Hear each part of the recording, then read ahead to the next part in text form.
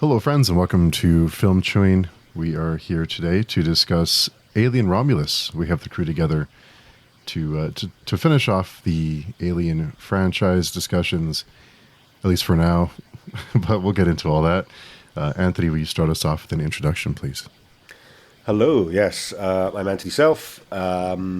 I have written a couple of books, one of them called Birthday Treat, which is dystopian horror. The other one, Cat Tales and Other Strange Stories, is a kind of anthology of horror. And I have a gaming channel called Horrible, where I play through some indie horror games and give my thoughts on it. Hello, my name is Susan Imaginario. I'm the author of Weird Gods and other books, and I run the YouTube channel 10 of the Weird.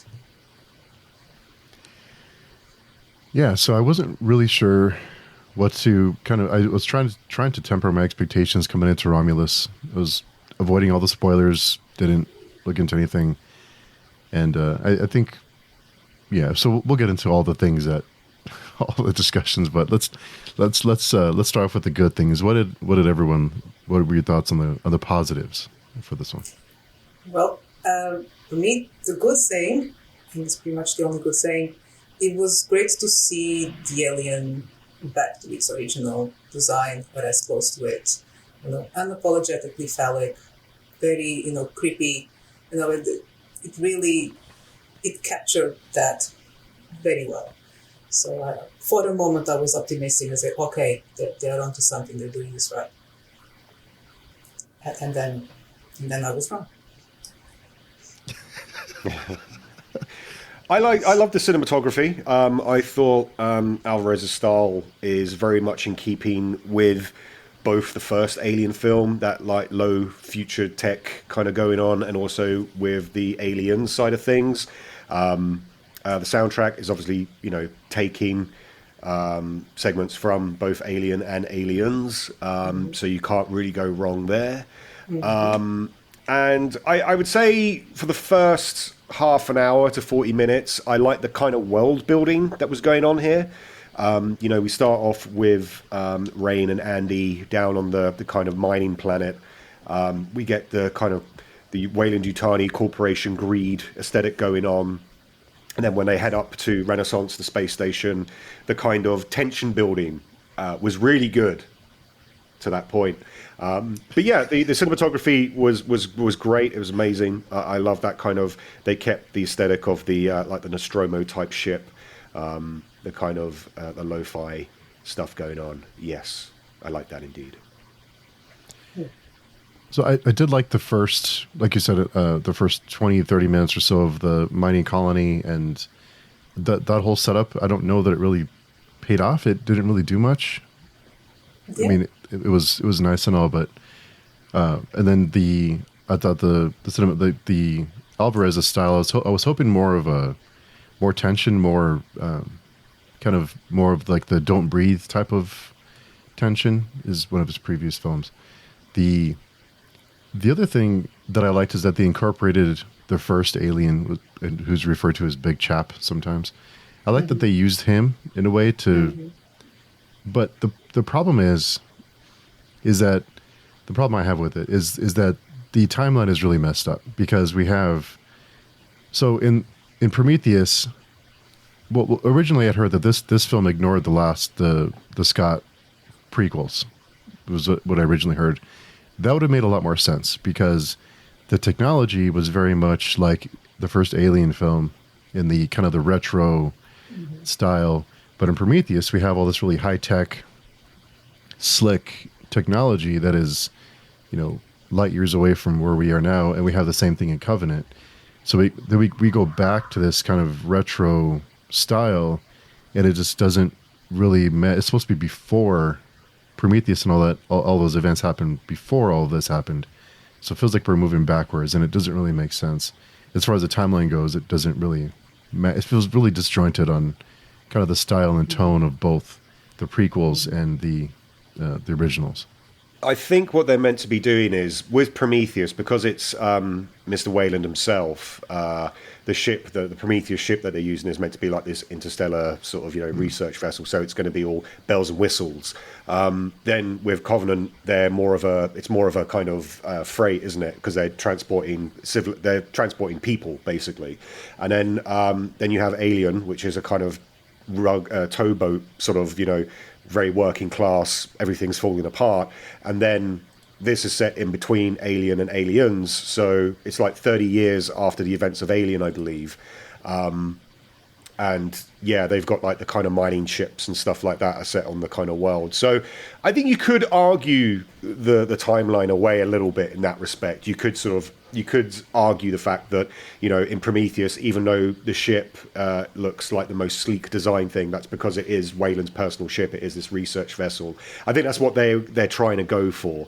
And then with the Nostromo and their mining vessel that they use in Alien Romulus are more like grounded because they're just there to do a perfunctory job, like tug ships and take mine to somewhere else, etc., etc. So I think that kind of fits, but there are a lot of plot holes. I think, like as you're saying, like with the big chap, I'm no scientist, I don't know how these things work, but didn't Nostromo have a massive blow up 3 times, and the big chap becomes fossilized? Is that what we're saying? I didn't get it. I was like, what are we talking about? I didn't even realize that it was the same one until, about 2 or 3 minutes afterwards, because, it wasn't he like incinerated by the engine or something? Never mind finding it in the first place, but I guess, okay, if you knew where the Nostromo's exploded, maybe you could pick up bits from space. But he was incinerated. How the hell did he end up in rock or whatever it was? Moving on.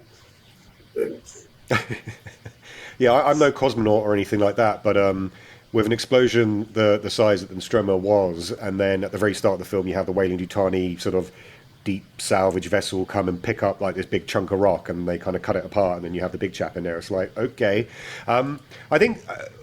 I don't know if you follow the Critical Drinker, but he kind of came up with a sort of a what-if scenario, like if he rewrote the Alien Romulus script. And I think his version of it would be better, whereas you could have the original facehugger that impregnated Kane, and they kind of just jettisoned it out into space, like maybe when Ash was finished with it, and they could have picked up the facehugger. That would have led a bit more credence to the storyline, I think. But I suppose, sci-fi, and you can sort of bend the rules a little bit, I guess. So they just went with the big chap. And I suppose it kind of does make sense later on when they board the ship, and you find that loads of people have just been massacred and just been killed because the big chap awoke.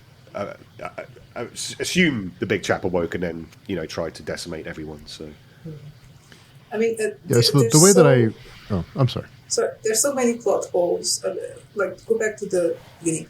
I was fine with the fact that it was a very young cast. I was not enthused about this film because of the young cast. But then the beginning was actually okay. Many horror flicks start with a group of teenagers sets out to do something stupid, and it was exactly that. And I was going along with it. And then that happened, but I didn't even think about it too much at the time while I was watching. I was just, okay, the explanation doesn't make sense. Forget about it. Moving on. Let's see what else they have, because they had to come up with some way to find the alien. So okay, but it just kept getting worse. That for me was far from the worst offense. They could have just said, "Hey, we found this," and we start studying it out. I would be fine with that. No more explanations here, because the more they tried to explain, the worse it got. Yeah, so I think what they were trying to do with it is, so in the original Alien, the ship blows up 3 times, and then after, when Ripley thinks that she saved the alien, arm pops out, right? So what I think they were going for is that it was in ice because it's cold in space, but because he was just floating in space. but the thing is, but then they have the scene of a piece of the Nostromo, a piece of the original ship, that to kind of clue us into, okay, this is that ship from the first film, but it would have been dust, right? Because of the explosion, there would have been nothing left. So I think they had to insert that into it to kind of clue us off to, okay, this is what this is, and the harpoon. So I think it's cool that they used the original Alien, but I just don't know that it really worked. And here I am asking for positives, and then it took me like 20 seconds to get into complain mode. But yeah, so I think I like that they tried to use that.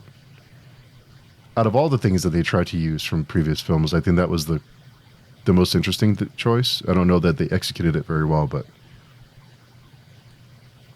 I mean, I also like the character of Andy. David Johnson played a fantastic role, dual rolling, so to speak, because at the very beginning he's playing this kind of very childlike android that Rain's father has reprogrammed to look after her, knowing that we're assuming. I think they explain it. He passed away. He was one of the miners of this planet, and so he kind of got this android and a piece of a scrapyard or something like that, and you can tell that he's falling apart as the years have gone on, and then halfway through the movie he gets an upgrade and becomes this almost you don't know what his true intentions are. Is he a corporate tool to be used, or does he still have feelings, or as a robot can have feelings as such, for his friend. The other characters, unfortunately, kind of fell in the periphery of cannon fodder, I think. But once again, then we're looking at, from Prometheus and Covenant, the androids are becoming the actual protagonists, which is a bit strange, I think, in these type of films, where we should be rooting for the human characters. This kind of goes back into the... I heard originally when Fede Alvarez was doing this that it was going to be like a teen slasher set in space. And my cynical skepticism flags were waving high and fast. And in a certain way, that's what this is. Mm-hmm. And if you have seen Don't Breathe, the storyline's pretty much the same. A group of teens break into somewhere where they shouldn't be breaking into, and there's a main sort of bad guy that's after them. And this is pretty much the same sort of running concept here. But I liked, the fact that we have the final first half, which is very Alien-esque in its sort of tension building, world building, and then the second half becomes more Aliens with its action. And if you haven't seen Alien or Aliens, this is the point. I don't understand who this was targeted for, because if you know Alien, if you want to see Alien Romulus, you've pretty much probably already seen the previous films. So I don't understand why you just kind of rehash. There seems to be a lot of this going on in Hollywood where they're just kind of rehashing old storylines, like the original Star Wars, going back to A New Hope with the... I can't remember what it's called now. I've erased it from my memory. But yeah, there just seems to be a lot of rehashing going on, and bringing old IP characters into the mix as well. That's another conversation I guess we'll have in a minute, sort of thing, about bringing back old characters, and how do you feel about that? But it seemed to me that this was like a kind of almost like a soft reboot as well, to kind of bring new generations into the mix of the Alien franchise. So I guess for older generations that have, grew up on Alien and Aliens and Alien 3 and whatnot, do you think they would have turned around and just been like, oh, okay, that was a film, or do you think this was more to try and tie in what worked best, i.e. the first two films, and just kind of rehash it, sort of thing, For me, it was almost like watching the scary movie version of Scream, and in Alien. It's like they picked all the most memorable moments of all the films and just made a parody out of it. After a certain point, it started to feel like a parody. And it was one of a tragedy because they were taking it very seriously. But if it was supposed to be an homage or to try to bring more people into the franchise, I think it failed because the only people who went and watched it were the people who really like Alien and just, I'll give it one more go. I don't think there's a lot of new audience that just, this is about those old movies, let's, it should be cool. I hope not, because if that's their first introduction to Alien, it's quite different. If they then go back and watch the other films, they're in for a surprise. Yeah, it was very weak. I mean, there was no reason to be so badly written, and I will get into that in a bit. So yeah, my expectations were quite low, and I was prepared to, let a lot go, but it was even worse than I thought. It's just one after the other. Just we'll get to the end. That just, yeah. So to recap, the movie for me started going downhill when Ash appeared. AI Ash. I mean, there was why didn't they have a budget for it in the age of deepfakes and AI? Was that the best they could come up with? It was awful. I mean, it was really bad. I don't think it was just me. I know that I'm always, very critical of stuff, but that was bad. That was really poor done. And sorry, go on. It almost seemed to me that the budget for the CGI seemed to, because at the very beginning when we see Rook, we know from the kind of the costume that it's a science officer, right? But for the first couple of scenes that he's in, his face is sort of blacked out. He's shrouded in darkness, and then the first time you actually see him, it looks a bit wonky. As the film goes on, it gets better, but it does seem that there was some kind of thing where they started off with like really shonky CGI / deepfake / that kind of part. And as the film kind of went on, it almost seemed like they had kind of captured what they needed, and it was getting better as the film went on. I maybe that was just me. I don't know if you felt that way as well, or you just thought it was shonky throughout. Maybe, yeah. But I mean, that kind of brings up the whole question then. Like, we're seeing a lot more of this type of thing, and when it works well, it's fine. But you still always have that uncanny valley thing with the eyes. I don't know, like you can never get the eyes right. From when Princess Leia turned up in the the Rogue One to Harrison Ford de-aging in the latest Indiana Jones films. It's getting markedly impressive. It's getting better, but we're still not there yet. Where it's like, and it kind of pulls you out. For me, it kind of really pulled me out because. Yeah. I was expecting Ash / Rook to turn up because it's kind of been spoiled for me by that point by the time I'd seen it. And the voiceover actor was, spot on. Got Ian Holmes' tempo completely right. No fault there. But it is that thing of when you introduce a CGI character in a kind of real living world, unless it's done really like to perfection, it's going to always sever my connection with what I'm watching because it does provide that uncanny valley which kind of makes me feel a little bit that something's not right on the screen here, and then that kind of just cuts me off from the investment and the engrossment of what I'm watching and what I'm investing my time in. So I think that was bit of a misfire to have the character of Rook involved as being like an Ash character. And once again, it's key dangling, right? It's like, hey, remember this character from Alien? He was the bad guy, but now he's trying to help out. And maybe there are sort of ulterior motives later on down the line. We don't know that yet, but yeah. I mean, they would have done better maybe if they used a puppet or something like it, like they did in Alien 3 for Bishop. Yeah. Even that would have been better than that poor AI. If they wanted to appeal to a younger audience and kind of have a proper reboot, I don't know that leaning on all these old characters and old events are really the way to go, because without context. create new characters, create a new mythos, create something new, and have a kind of a have it run parallel to the existing films, and do something a little different, and create new villains and new heroes. And but they keep going back to these old nostalgic characters and these events and all the little callbacks to the previous movie. Just okay, I get it, like the cornbread thing and Bishop crawling through the tunnel and.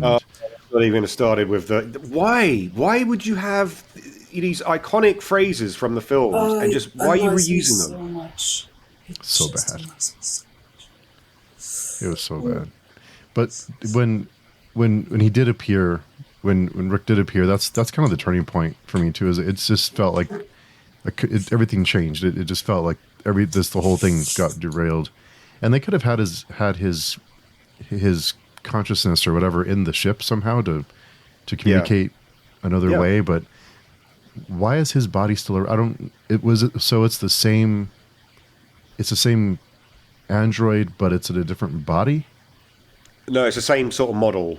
So it's the same sort of model, but it's like a Bishop. So we've seen Bishop turn up in other instances of the franchise. It's kind of like that. It's just a different model of, but obviously with Ian, like they use the same face and everything like that. So it's a different character in this regards. And I do like that they've using the kind of chessboard piece of Rook Bishop. They're kind of keeping on with that type of thread, which I did like.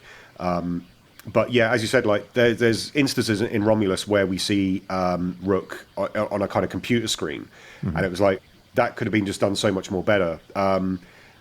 I believe they used a lot of prosthetics with the alien creature, and I think even with the Rook character at certain points, and they've kind of melded the CGI with the kind of physical prosthetic stuff. But it's as you said, like I think it would have worked a lot better if he was just like some kind of consciousness of the ship, like Mother. Something like that, or he was just like a kind of a figure on the screen sort of thing, which could have been done a lot better, because then you can put filters on, you can put like grain on, to give it that kind of aesthetic where the world we're in. But yeah, once again, I just thought it was kind of key dangling to like other people that have grown up on the franchise to say like, here's this old character again. Member berries. Yeah, exactly. And what did you guys think? Go ahead. No, go ahead. Sorry.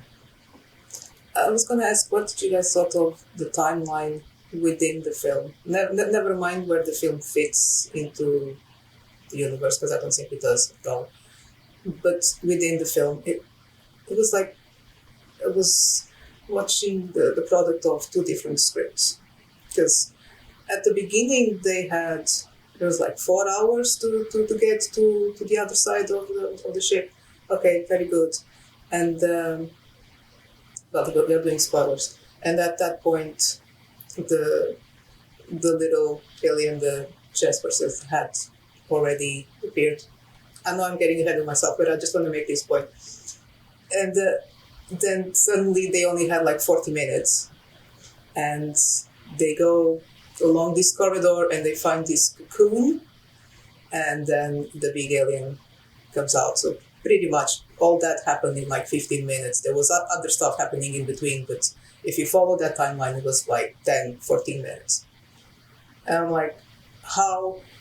Why? So I had this image of, the little alien just, still very groggy, just being born. And then it just goes along the ship and he looks at this wall. Oh, this is going to be an excellent place, just along a wall, to pupate, and gets in. Where does he even get the mass to grow in such a short time, and why do they need to do that in 10 minutes? I mean, the whole thing for me is like, did I miss something? Because it made no sense whatsoever. Yeah, I think once again, with something new, and maybe they had like 4 hours in the original script, and someone came back and said, "Oh no, that's too long. Let's cut it to half an hour." Oh, but this idea is so cool. Can we still keep it in? Yeah, sure, we'll be fine.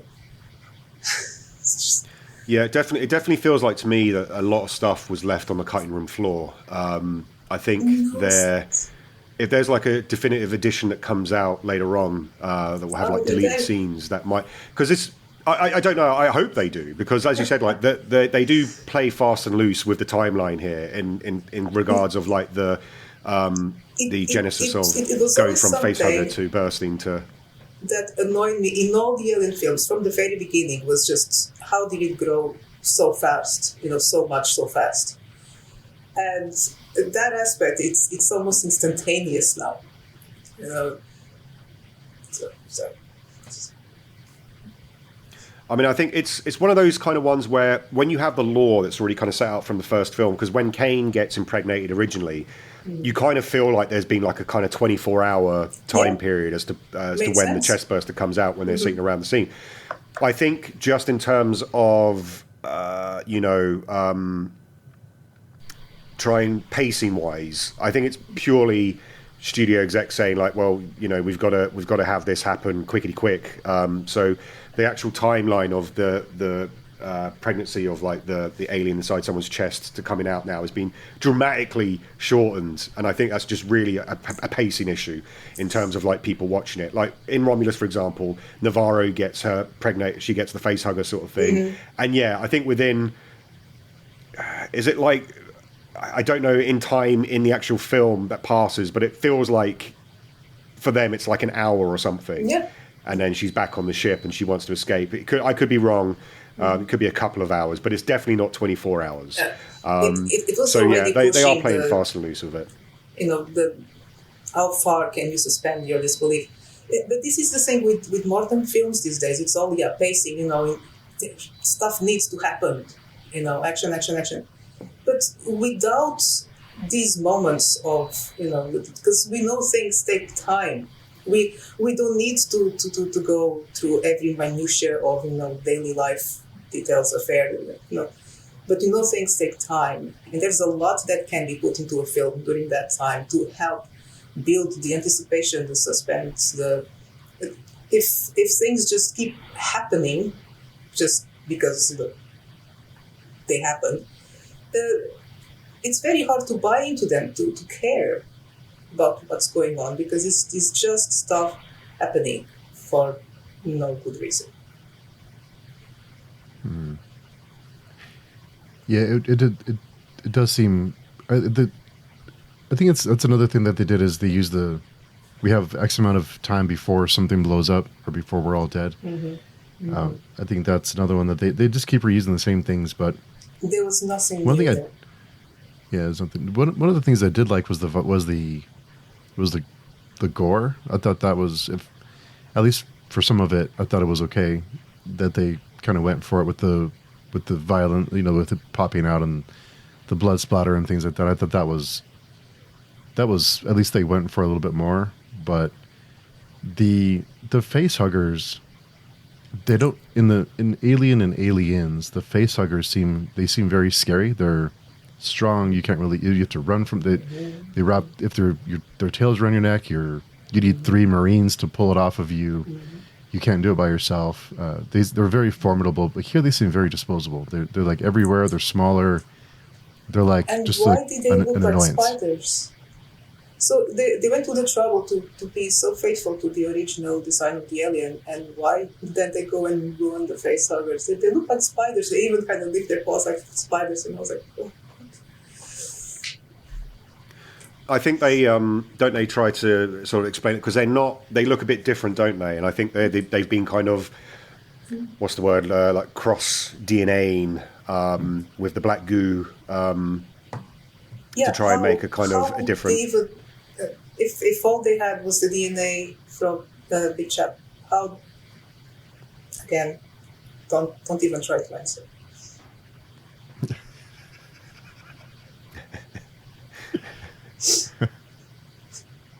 That was in going back to some of the positives though. I did enjoy the scene where they're basically the 2 scenes. One, Susanna, you mentioned there with the kind of weird sort of vaginal style thing on the wall that the alien comes out of, because I thought that kind of went well with the original deleted scene in Alien when Ripley comes down into the docks and she sees Dallas being cocooned, and the metamorphosis. At that time, we didn't really know the life cycle of the alien, so that kind of is a famous deleted scene because it kind of propagated the fact that, you know, the eggs are actually all people, like, you know, the people are made into. So I thought they were trying to do something new there, but then going back to what I was saying about there seems to be a lot of stuff that was left on the cutting room floor. To me, it kind of seemed a bit weird that this newly born alien has sort of run off, and now there's this like weird, you know, mass on the wall, and it comes out of the mass, and I was like, there should have been a scene prior to that to kind of show us something as to why this has happened. But I did like the fact that they've actually sort of said, actually, it doesn't necessarily mean that, you know, maybe some xenomorphs could actually asexually style, you know, make themselves bigger or something. I'm not sure what they were going for, but I like the fact that they were trying something else, if that makes sense. And then the second bit was the scene where they have the kind of the section full of face huggers and they raise the temperature so to kind of mask their own. You know, for me, I didn't know beforehand that, you know, the face huggers went on the kind of thermal part of a body, and that kind of went, oh, you know what? I don't think anyone's really how does a face hugger know what they need to, you know, latch themselves onto? So I thought by raising the temperature and they could sort of mask themselves in a kind of Predator sort of way, you know, maybe they were taking something from Predator there. Don't know. I like that. I thought that was quite an inspired sort of part as well. That's true. I like that bit. I say, okay, finally something. But even that doesn't say good. But then that's straight from Predator. I think the thing that grinded my gears the most really was you have these young characters, and for me personally, with the Alien franchise, it's always been about the characters. That's why the Nostromo crew are so embedded in people, and it's become such a cult film, because really it's the characters, their interactions with each other. In Aliens, it's the Marines, the way they interact with each other. Here, for me personally, there's only two main characters. It's Rain and Andy. Tyler, Kay, Bjorn, Navarro, they're all peripheral characters. Kay spends most of the time going, oh, I'm feeling a bit sick because I'm pregnant. I'm just going to sleep in the ship. Until she's needed to become like the kind of pregnant mother of the newborn in that respect. Navarro, I mean, you just have to look at the cover. You know she's going to be killed. Bjorn is meant to be like this sort of half Vasquez, half like, you know, oh, I don't like you, Andy, because my parents were, what was it? His parents were, what was it? An android had something to do. Yeah, in the mines. On the mines, sacrificed to save others. Yeah, so therefore he hates all androids, and I've got a cattle prod. God damn you, and I'll stick you, I'll shank you with my cattle prod. It's like, is that very two-dimensional? There's no depth to the other characters, which for me was the main bugbear. It was like, you had such a, you know, you got these kids that are basically wanting to get away. They have to go to the Renaissance ship, which is split into two, Remus and Romulus, and they have to get like the what do you call it, the gas, the chemical gas, to make their ship go intergalactic for their pods. Great setup. It's a great setup. But then they're just like, all right, here's my character. I hate androids. Here's my character. I'm meant to be the kind of Tyler, like the love relationship kind of person who doesn't really have a personality at all. He's just there. You know? Navarro, who's like the pilot, and then Bjorn. Yeah, it's just, they're just all very two-dimensional for me. The D&D I didn't part, even live up to... basically. Yeah. Yeah. So, one of the things that really took me out of this one was all the callbacks, like that we mentioned before about the get your hands off of her, and all that was so bad. It was so bad. It was really dumb. The cornbread stuff, the Bishop crawling through the tunnel, they have a callback for that, and the whole temperature thing I thought was cool. But the thing is, they lower the temperature inside the room, and then they open this huge door. So wouldn't the temperature change once you open the door? And what was a freezing room before? When you open this gigantic 20-foot door, the room's not going to be cold anymore, and this you do this to the whole ship. So you're immediately getting introduced all this heat into the room. And I know I'm probably overthinking this, but just if it's such a big deal to have the temperature lowered, and then you open a huge door out of a warm room into a cold room, it's the temperature's going to go back up. They were warming the temperature to match body heat, I think. But yeah, same problem. Oh, warm. Oh, that's right. Yeah. Same problem. Yeah. But as you said, like if you open the doors, the warmth is going to immediately go out of the room anyway. So it's the same type of thing, whether it's low temperature or high temperature. Once you open the door, it's going to. Unless they close the door behind them, I don't know. But let's just make a note that they meant the entire ship, because that way they would stay undetected for longer. There you go. No long-term planning out there. Yeah, but I like. I mean, once again, I have to go back to Andy. I like the use of his character. Like they're only bringing him along because they need him to get into the ship. He's got like Weyland-Yutani passcodes or whatever in his fingerprint. So, once they give him the upgrade from Rook's character, he changes, and we don't know whether his machinations are for evil or for good, or and that's when I think he shines a little bit there, because he's just going on his own mission now. Like, he's there to then preserve the life of the alien from what Rook's telling him. But then he's obviously conflicted because of his responsibilities to Rain. So I did like that part. And there's the part as well where Kay's character is stuck behind a door. And they're like going, open the door, Andy. And he's like, no, I can't open the door, because if I do that, then we're all dead. And it's like the pragmatic side of, you know what, this creature is just baiting you, sort of thing. And it kind of shows once again the intelligence of this superior life form. But obviously they don't like the fact that their friend is about to get killed, sort of thing. So there are certain instances in the film where there's like some neat ideas that they kind of bring into the mix. And then also as well, like you have the kind of callback to the prototype pulse rifle that they get given later on in the film, and it's kind of meshing the kind of smart gun sort of technology of Aliens with the kind of normal pulse rifle with the little shoulder mount sort of thing, which I appreciated. Having the kind of acid, you can't really kill the alien because the acid will just kind of decimate the ship, and you'll be sucked out into space. So what do you do then? Are you looking at other kind of means to kill this thing? And then you have the anti-grav situation as well. So there were some nice ideas. Maybe it was just a culmination of too many ideas in the broth. And then you've got the black goo. They introduced once again the black goo into this as a kind of MacGuffin, if you will, that kind of calls back on Prometheus and Covenant, and is trying to sort of unite all the ideas that happened beforehand. And for me, it was like you could have had this film without the black goo at all. Like, you could have just had these kids go up, into the spaceship, exploring this kind of haunted house type of thing. I know, like, the whole title's called Romulus and Remus, and the kind of Roman mythology of, like, these two people who, births Rome, essentially. That's not really explored. I think they have one tiny segment where they have a plaque on the wall, and they're explaining the story of Romulus and Remus, and that's it. It's not really kind of catered about before as well. But the theme of the film is like meant to be like the Romulus part of the ship is alien, and the Remus part of the ship is the action part of it, sort of thing. I think maybe it's psychologically meant to make you feel that, the first half is a kind of suspenseful horror, and then the second half is an action thriller. Did it work for you guys in that respect, or no? No. I think they just like the name. What wings can we use? Remus and Romulus. Okay, that sounds great. As a name for a ship, yeah, really.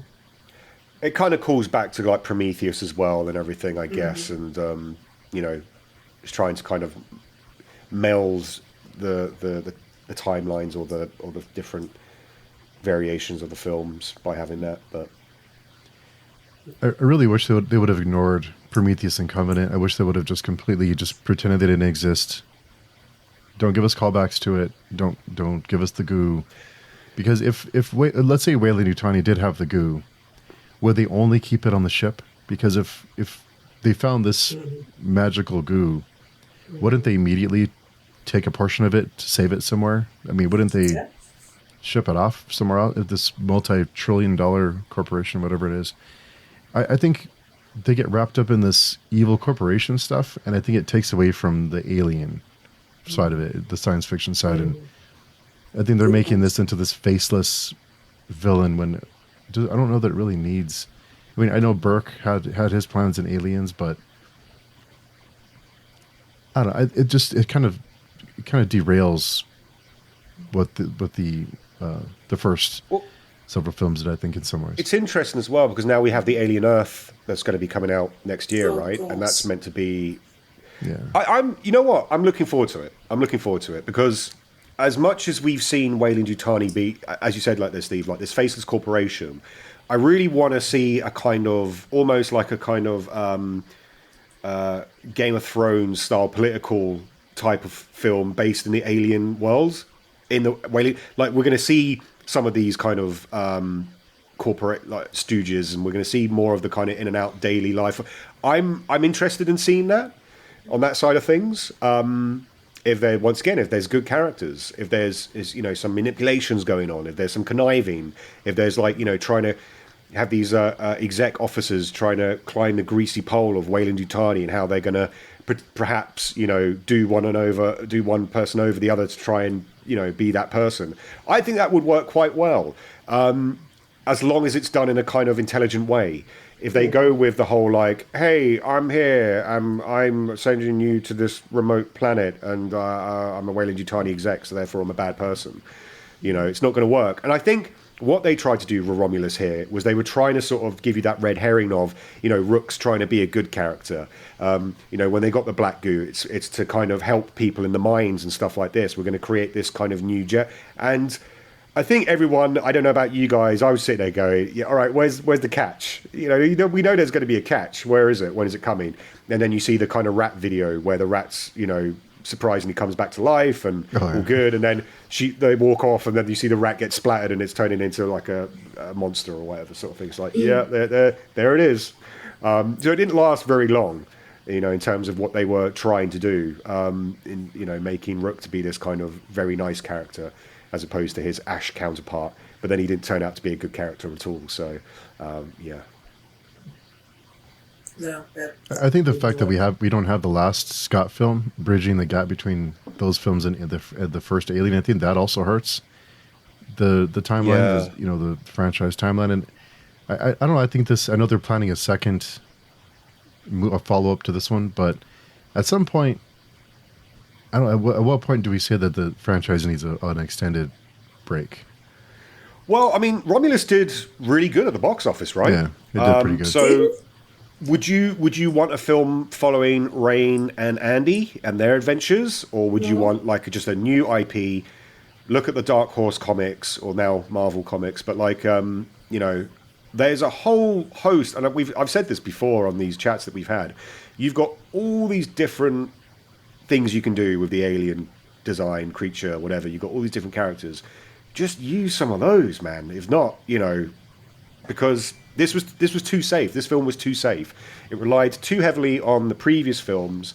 It was key dangling to a demographic that I'm not even sure who they were trying to target.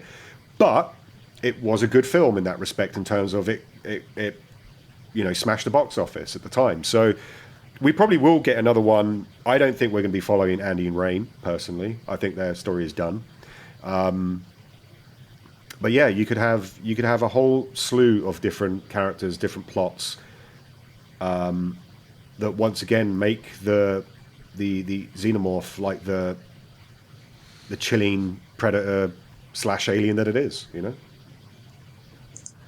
I think what this could use is just these one-offs that kind of one move, but exploring have a film about the settlers on LV 426 when they find the face hugger, something like that, and it just be a one and done, and maybe that rolls into Newt's story or something like that, where it all connects to give us an insight on things that we didn't witness in the original films. But I wish they would. I really wish that Scott wouldn't have gotten in the way of Blomkamp's idea to go with Alien 5 with Hicks and. Yeah. I would watch that. So that would have been cool.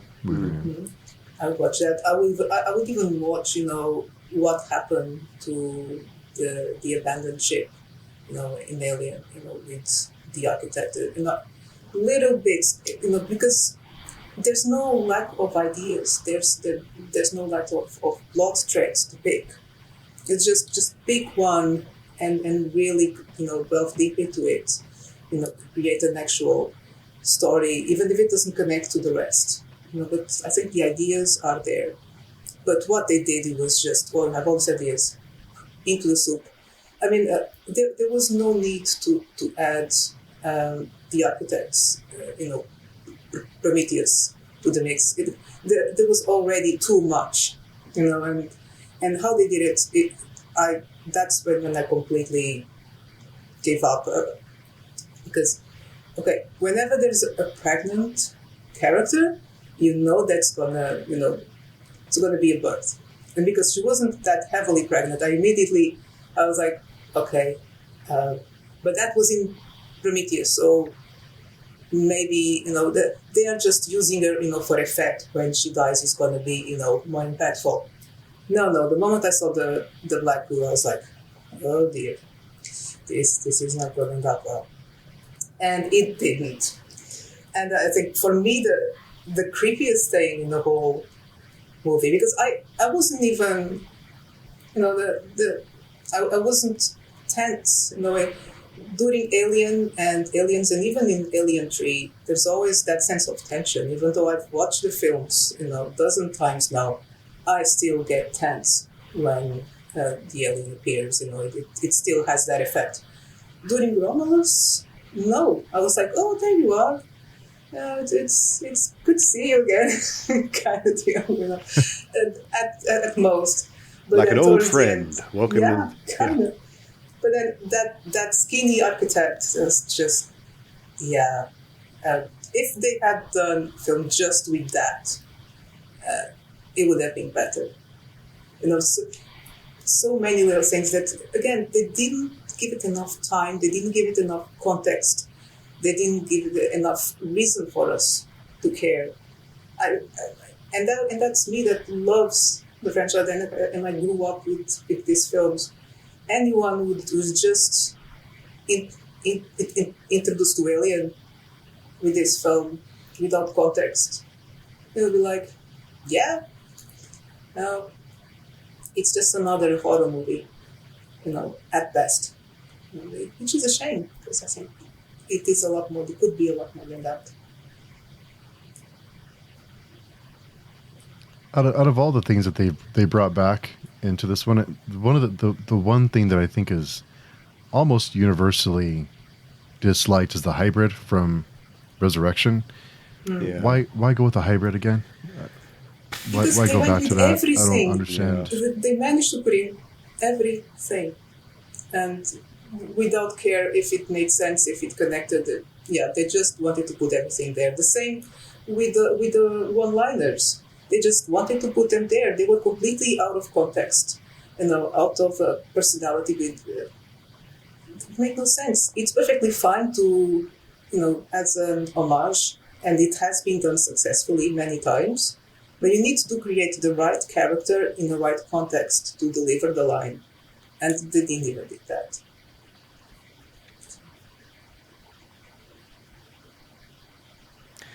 I think they should get a cat involved.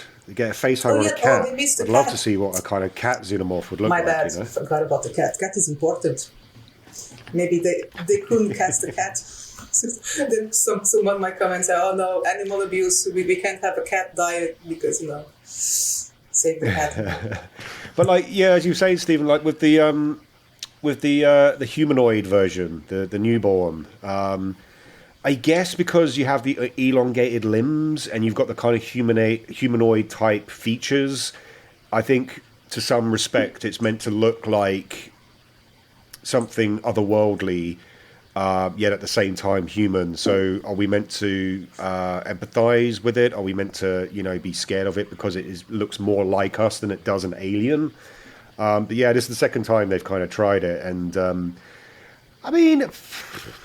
They did it better in Alien they've obviously 4. got the actor who... with the newborn, with that one. At least... I don't know. I didn't... I didn't feel like it was obviously threatening because it, almost acted like a kind of vampire in that respect, that it was kind of feeding off Kay at the end when she gave birth to it. I'm just thankful that he wasn't breastfeeding. But yeah. For a moment there, I was like, oh dear. I thought so too. Yes. Oh yeah, I think it was actually, because there's that kind of that's a callback, isn't it, to the plaque that they had, sort of thing, which I think they did see there was some kind of breastfeeding thing going on. I forget now, but yeah. But yeah, tenuous at best. It didn't really. It just felt like that kind of, as you mentioned earlier, Susanna, the kind of horror movie trope of we think the evil's been killed now. Nope, we got another thing. It's come back for one last dance, and then once again doing the whole blow it out of the airlock. But then, yeah. How many aliens have been killed through all these movies? How many times have we seen an alien shot or burned or whatever? Why do we always blow it out of the airlock at the end? Why is that always something that's happening? I don't know. I don't really mind that so much, because it is kind of a trope of these franchise. I don't mind. If it was just that gets repeated, okay, fine. But I don't know. I mean, I tend to. All right, here's the best, I think, way of doing it, because, like in Aliens, at the very end with the alien queen, right? Let's be honest. There's suspension of disbelief in terms of these things happening anyway. But then that last part always gets me, because they open the airlock and it's like the air's just not going to get sucked out. Like, everyone's dead in that room, right? That is like complete.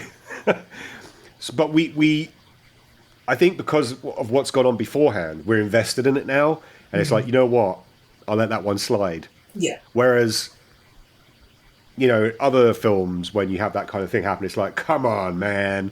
There's no way that could happen. We know it can't happen, but we allow it because dependent on our investment, I guess. So I think that's what the difference is sometimes in certain films. Like, it depends on how much you're invested in, that you can let things slide and you'll be like, we know that wouldn't happen, but okay, we'll let it go on this occasion. That's always the one thing that's bugged me in Aliens, where that bit at the end is like, come on, man. You're holding on with your arm? Come on, Ripley. Yeah, that was a very strong arm. You're a badass, but you're not that badass. You can't fight science, Yeah. But we've been kind of trained. There's many films that use, the throwing out the airlock. It's part of sci-fi. And we know that it doesn't happen that way, but it looks cool, so we kind of go along with it. It's almost like quicksand in the 80s.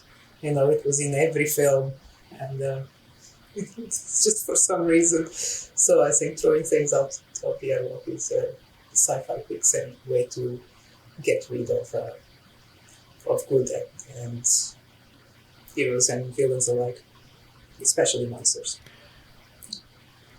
Well, Alien 3 did a pretty. I think Alien 3 was pretty cool, the way they killed that one with the metal. With the metal and the molten sort of the molten, and then that was cool. That was actually really quite inspired in terms of because you see it already with the bucket. There's that foreshadowing, isn't there, sort of thing. And obviously they've got no weapons. And once again, I always liked that fact that they didn't have any weapons, because you had such a meaty action film with aliens, and it was like, no, we're going to sort of go back to having no weapons, and we'll just try and use our intuition and our intelligence to kind of fight this beast. But I think one sort of thing that we haven't really spoken about is Alien Isolation. In terms of like having the character of Amanda Ripley, Ripley's daughter, and the story. I don't know if you guys played it. That's a terrifying game. It's terrifying. Like, you feel under constant threat all the time. And you have that, all right, you could say we were talking about old IP characters and stuff like that, but this is, you have the span of, a daughter searching for a mum, essentially, which is always a strong element of a story. And, they've just announced that there's going to be an Alien Isolation 2, so... maybe the next film isn't going to be a film. Maybe the next where we get engrossed is going to be in the game. So we'll see what happens there. But yeah, I never played it, but I It's will terrifying, include. Susanna. It's great, but it's Promise. terrifying. Yeah. I rage quit that game. I played at the very set launch, and I kept getting killed, and I even had it like the very easiest difficulty, and I could not survive. I kept getting killed, and I would sit in the locker for like half an hour waiting for it to leave. It was just. Oh, that's in I'll that try it case, again. I don't stand a chance then. But I will have a look. It could be fun. It was scary though. Yeah. But I would much rather see that adapted than something else that just kind of relies on member berries over and over and over again and lines from previous movies. But I think some of the stuff that was done, I think worked, but I don't know. I was a little bit disappointed. Even it was just kind of forgettable. Not a whole lot to. Yeah. It is very I mean, I think forgettable, isn't it? It's been a couple of weeks, and yeah. Yeah, as I said, I think it's a very safe film. I think the people behind the scenes knew what they were doing. They were going to try and combine the very sort of famous ones, mold it into a kind of, young tearaways trying to find a new lease of life, come across the xenomorph. Yeah. I went in with low expectations. I came out thinking the actual film itself was made very well. A lot of, like as you said, depending on where you're coming from, pacing issues, or did they? I never felt at any point that I was bored by watching it. I never felt any time that my bum was going numb or anything like that. But it didn't. They did try to provide new things into the mix, like as we were saying, the mass on the wall where the alien kind of comes out of, and the depending on how you feel about the newborn again, or the kind of mix of DNA, the hybrid version of things, and having a little items like the where she can see inside the X-ray machine thing. I like that. I thought that was pretty cool. But you've kind of shown that in the trailer. If you see the trailer, let's be like you mentioned before, Steve, like at the very beginning, like if you watch the trailer, you can pretty much see the beats of where this film is going and how it's going. So in that respect, it doesn't really bring anything new into the mix, unfortunately. Yeah. Maybe there is a new part of a life cycle to this xenomorph that we don't know about. I'd like to explore that a little bit. Like, Susanna, what you were saying before about the engineers and stuff, like, I mean, at the time when Prometheus... The engineers, yeah. When Ridley Scott first introduced it, I know his ideology, like, I like the kind of philosophical thing of, who created us, going into that kind of, who's created humans and gods and blah, blah, blah. And I like that kind of aspect of it, and it was very different from all the other films, and because of that, I'll always give Prometheus a pass. Oh, I like it so much more now. I appreciate it so much more. Yeah, it was one of those ones that kind of, I think after the first viewing, I had to kind of rewatch it to kind of get all the nuances and stuff. But I'm not really sure about the kind of whole, like the main character that we're meant to be rooting for in this is Rain, but really it's Andy. And it's like, in the previous ones we had David as well, or Walter, whichever, like David is the main antagonist, protagonist type of person in those ones. Now we've got Andy, and it's like, when can we not write human characters anymore that we can actually empathize with and get behind and rally behind? What happens? Like, why are we now going? Is this like an AI thing? Like, are we going down that road of? It opens a can of worms in that respect, but also at the same time, I just want to watch an alien film where I can get behind and actually root for a human person and be like, have another badass like Ripley, have another kind of, what? Do another Marines film. I'd love to see another like Aliens type of film where it's just Marines and we're, following them on a different planet and they're doing something else and they get, cornered in. It's like a Black Hawk Down sort of situation, but with the Marines, the technology they have with them, that would be great. I'm sure there's been scripts that have been passed around in Hollywood where they've had there's the Dark Horse comics again where they, use the characters. There's a lot of new characters. There's a VR game coming out now with a new kind of Marine as well that's been kind of highlighted and all that kind of stuff. It's like, it can be done. And I'd love to see it. And I'm hoping in Alien Earth they have that kind of the Marines in there as well. But who knows? Who knows?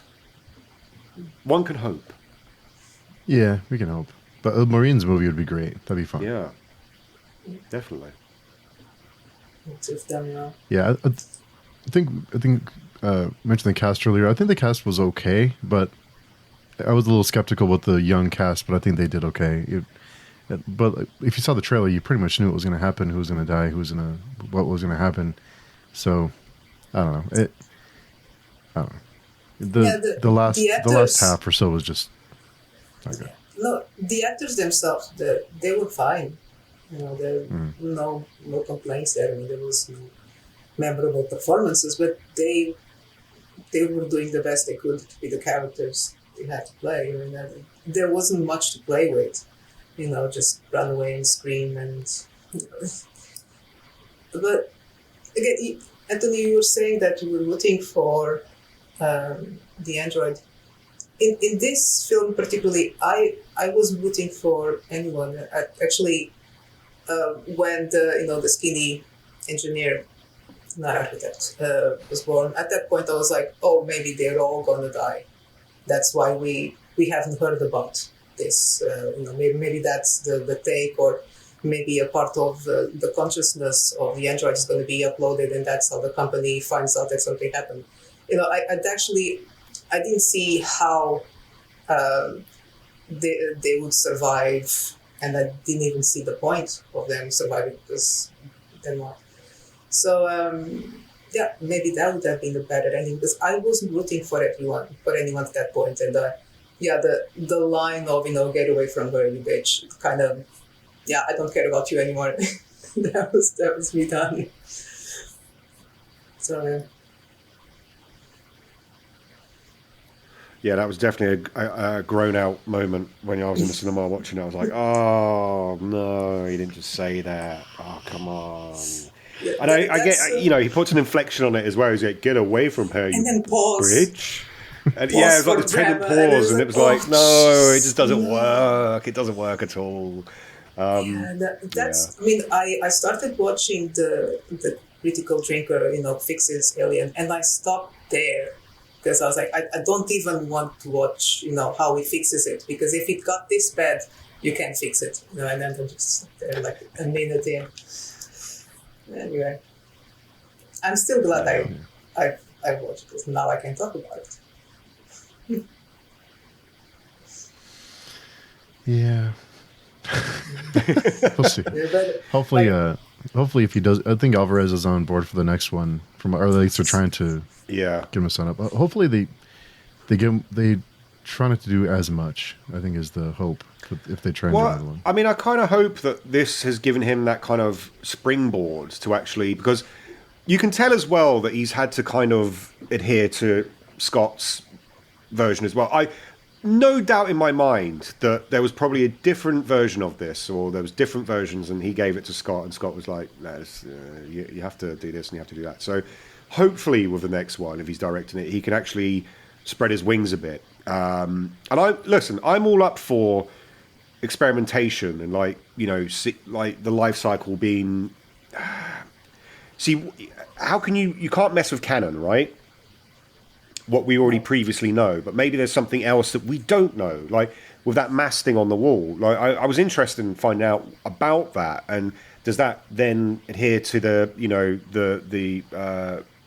life form actually being able to kind of cocoon people and stuff like that, and along those sort of lines, is there something else that we haven't experienced yet? Is there some kind of imagination that can be used to kind of bring something else new to the table? Because by this point, like, what is this, like the 9th film now that we've had? And it's like where they've tried to, put something new into the mix. The original Alien, groundbreaking for its time. The second one, you had the Alien Queen. So it's like you've got this kind of like Hive type element. The Hive thing's been run on. Alien 3 is going back a bit sort of thing. And then Resurrection was the newborn.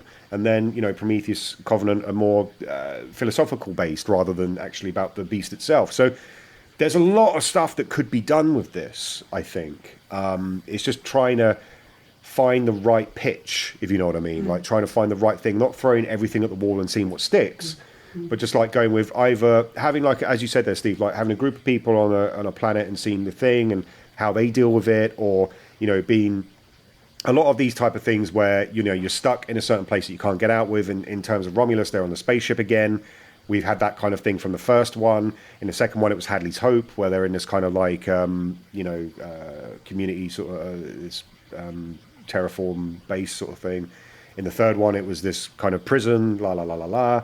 There's always been like this gothic tradition of like being in an unescapable place, and I get that, I understand that has to work in terms of like the trope of what it is. But can we do something different with it? Can it be, experiment with, that kind of thing? That's what I'm looking forward to. Because if it's just the same old again, then people are going to lose interest. If people haven't already lost interest, like look at the new Predator film that's coming out. Apparently they're going to be using the Predator as the protagonist. I don't know about that, but we'll see. Prey, in my opinion, was okay. Wasn't groundbreaking for me in that respect. You're now dealing with different timelines or different areas of what it is, but making the actual beast the protagonist, it's like it's a bold move. I would watch Alien from the big from the alien's perspective. Yeah, I would watch that. So That'd be cool. Mm-hmm. Well, it wasn't as bad as I thought it'd be. For as far as our, just because I thought it'd go a little, I thought we'd be a little harder on it, but there's a couple positives, but so many questions, so many plot holes. There was no need. Yeah.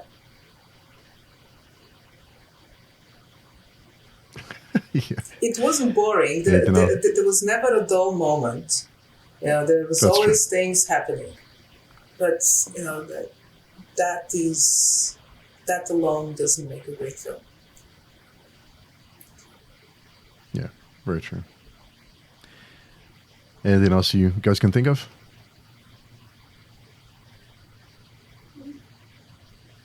No. Again, maybe I shouldn't ask, but how did they get the facehuggers? How they had them like cloned in drawers? I mean, how? So I think they used the big chaps like DNA that they found from the fossilized, crystallized ice or whatever it was, rock, and they sort of. How did they even know what to isolate? Because it's a completely different life form. Science, Susanna, science. Science. Do anything by saying a line of, we extrapolated its DNA. It's too complicated, and, yes. Put it on a bit of under a microscope, and we're able to extrapolate this particular thing and grow it from our own exact things. Yes. Okay. Fair enough. I don't think you're meant to kind of like think too much about it, but you're right. I mean, how do they get the previous organism type of thing? Because the facehugger is the alien, I guess, really, at its core base. But then wouldn't that be the egg? You see, there was no need. What came first, the chicken or the egg, Susanna? Oh, the egg. The cock, actually. So if they had just, cloned the alien, and then somehow got loose on the ship, nothing original, but, that alone, it would be fine, because an alien, I guess it would be too similar to the original alien, but that wouldn't be a bad thing, because it would be a completely different cast. These young kids go and try to escape and do something stupid, and there's this abandoned ship, and there's this alien on board. Just stick to that. I think it would have worked much better for a new audience coming into the franchise, and the old fans would still be like, oh yeah, that's cool.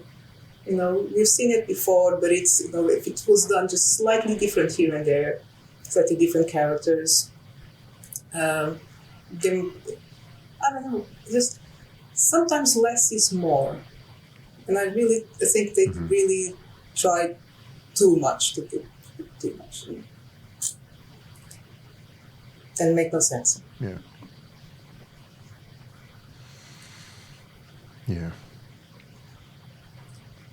Well, anything else you guys can think of? That's that. I think there's something to be said about using actors who have passed away using their likeness. Obviously, the Ian Holmes estate signed off on that sort of thing, and does it preserve that actor's legacy, or does it exploit them? That's a question that's going to be asked, I guess, even now going into the future and stuff. With what are your thoughts on that in terms of if you've seen an actor who's digitally enhanced who may have passed away or still alive? I'm not talking about like de-aging, but I'm just sort of saying like in a kind of way of, what are your thoughts on that? Because personally, I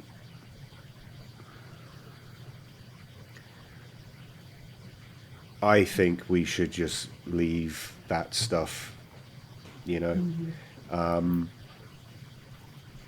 think it's inevitable. I think that ship sailed. They've done it before and they're going to keep doing it. And I think we're going to see a lot more of it. I just hope if they keep doing it, one, do it better, just out of respect, if nothing else. And do it when, it justifies.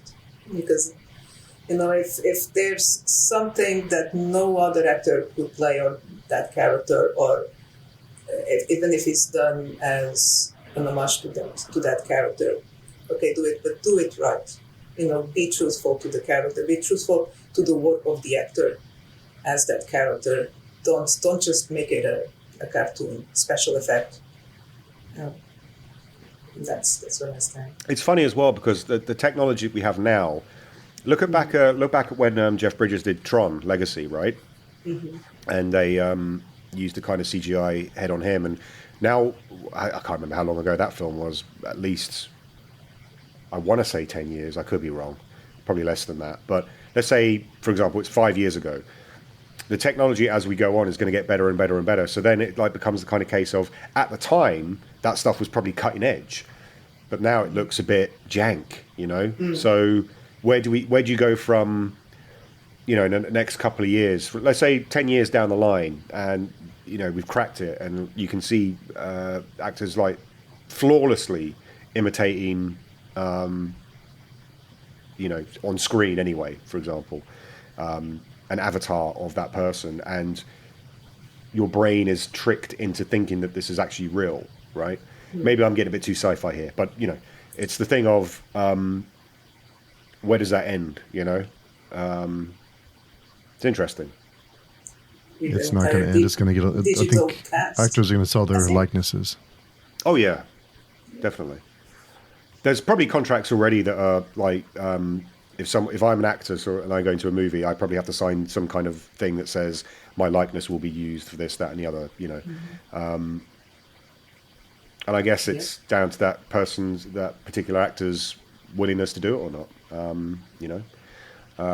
I think, as I said, with Romulus, it was very weird that at the very beginning when we first introduced it, he's all clouded in darkness. And then as the film progresses on, it seemed like the CGI was getting better. But at the very beginning, it was very jank looking. And it was just very weird. I assume with all these type of things with studios, it's a time restraint thing. They don't have the time to actually put in what they need to. Like the best type of special effects are the ones you don't notice, in any kind of film. So when you notice it, it's already kind of jarring you away from the actual what's going on. And in this case, that's what happened, because as soon as you see CGI Ian Holmes, or Rook, sorry, Ash, then you're instantly disconnected a little bit in that respect, and it kind of pulls you away. And that's how I always feel when I see special effects that aren't good.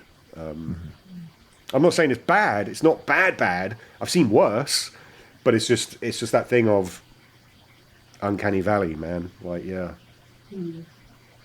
Yeah, do it right. Anyway, that's my 2 cents worth. There's no excuse, man. We've got to wait for Alien Earth, Steve, and then we'll do like episodic discussions on the Alien Earth when it comes out. Yeah. Sure. If they do indeed make it more about political intrigue and with good characters, good dialogue, I would watch that. But at this I'm not particularly optimistic. Yeah, we'll see. Maybe they learned something. I don't know. Hopefully. People are tired of mindless, entertainment, give us something. We'll cross our fingers. All right. Yeah, it wasn't as bad as I thought. We didn't go off the rails as much as I thought we would. But yeah, we'll see. Alien Earth comes next, so we'll see how that goes. But in the meantime, Anthony, how can people find you? You can find me on Twitter or X under Mr. Selfie. I've got a YouTube gaming channel called Horrible. And I've done a few books that you can catch on Amazon, and member of the Page Chewing Forum. And Susanna. You can also find me on the Page Chewing Forum and on Twitter and on my YouTube channel, Damn It Weird. My books are available pretty much anywhere you can buy books, but mainly on Amazon. And I have a new one coming up next month called Mysterious, which is a retelling of the myth of Theseus and the Minotaur from the Minotaur's perspective, from the monster's perspective. So check it out. It's now available for pre-order. Nice. I have my pre-order in and ready to go. So thanks again. I'm glad we can all come together and discuss this one. Kind of finish off the franchise for now until Alien Earth. But until next time, we'll talk to everyone very soon. Thanks for listening, and we'll be careful and watch out for the goo. Yeah.